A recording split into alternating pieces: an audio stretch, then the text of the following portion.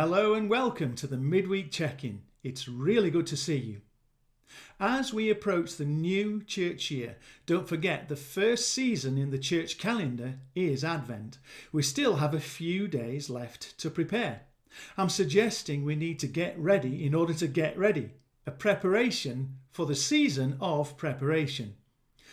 The purpose of Advent is to spiritually prepare for the coming of Jesus into the world. Under normal circumstances, the commercial preparations for Christmas would be well underway by now. A month of buying more food than we need, spending more money on presents than perhaps we should, making holiday and travel preparations so that we could celebrate Christmas in fine style. Under normal circumstances. This year is nothing like normal, and the country is preparing for a Christmas like no other.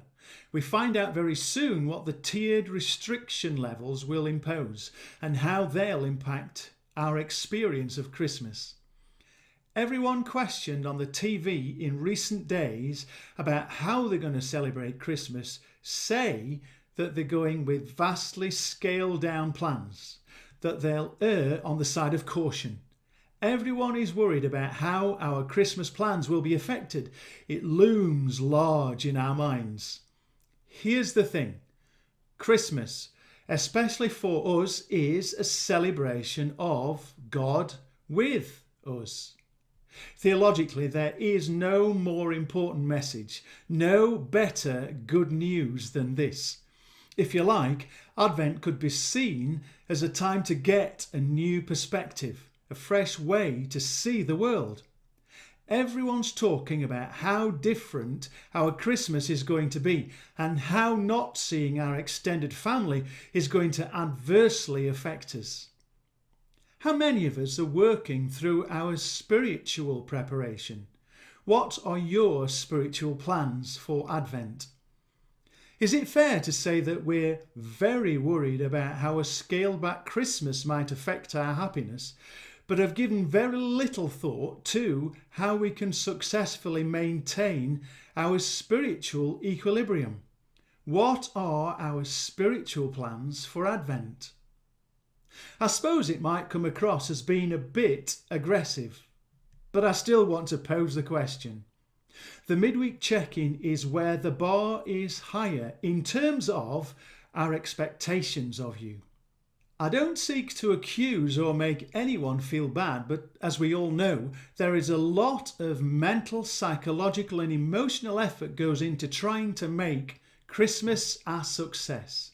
My challenge to you, but first to myself, is to work out here and now how to prepare well spiritually for the coming of the Christ child. So, do we need to prepare for a season of preparation? I do. So, avid listener of the Midweek Check-in, first, thank you. Thanks for listening to a religious slot in the middle of the week. Just to say that the Salvation Army always used to hold Thursday night holiness meetings. Of course, I'm too young to remember such a time, but if we needed them back in the day, I'm certain we need something like it right now. I don't know why words and music have such a direct line to my heart and spirit, but these words quoted in the meeting last Sunday always have their effect on me. Norman Bearcroft liked Catherine Baird poems so much that he set 3 of them to music. Here's one of them.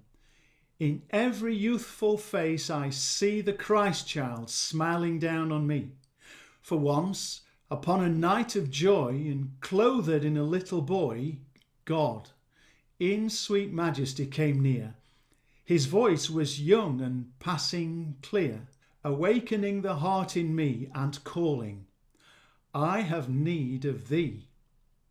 Here's Norman's interpretation. I see the Christ child smiling down on me. For once upon a night of joy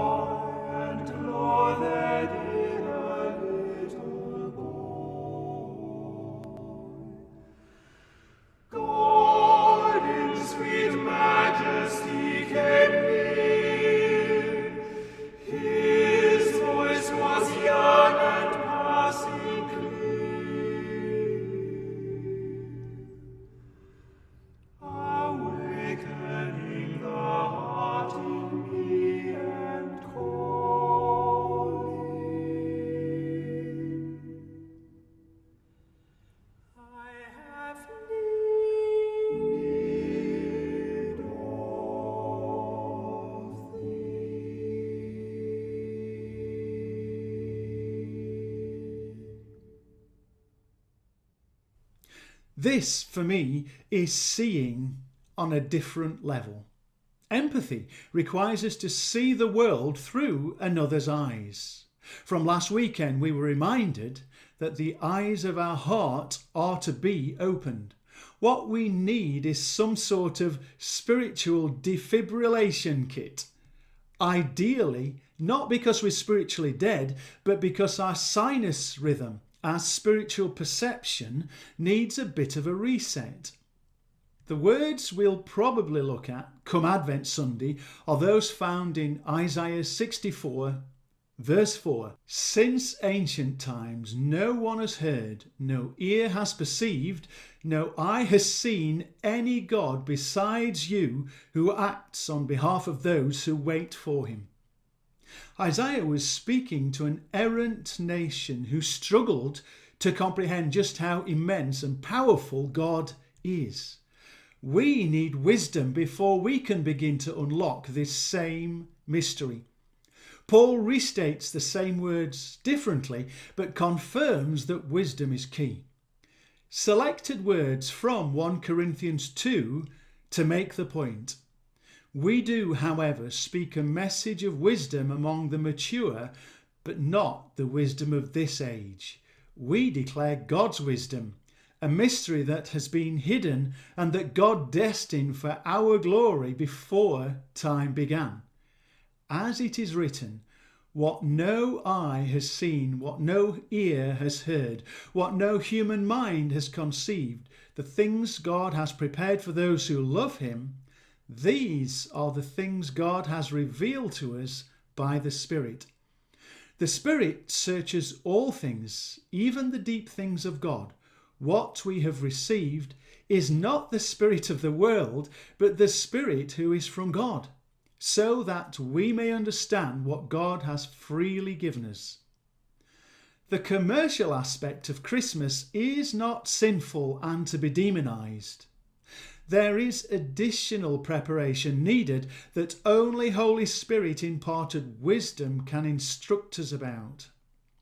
Salvation Army audiences, perhaps all church audiences, are much more used to the way of passive listening where sermons are concerned. A great part of Salvation Army legacy is the response to the message, including a call to come out to the mercy seat. These days are all too quickly slipping into the history books. And I'm sure the rationale of the Thursday night holiness meeting was to invite soldiers to a deeper relationship. I know this feels like a million miles away from those days, but the purpose of clicking on the link is to take action that could lead to a more deeply consecrated life. We are a holiness movement, and you are part of that movement. How will you respond to the Spirit's leading as we close in on Advent 2020? How will your holiness be deepened this Advent? Your spiritual preparation is of immense value, both to you and to those around you.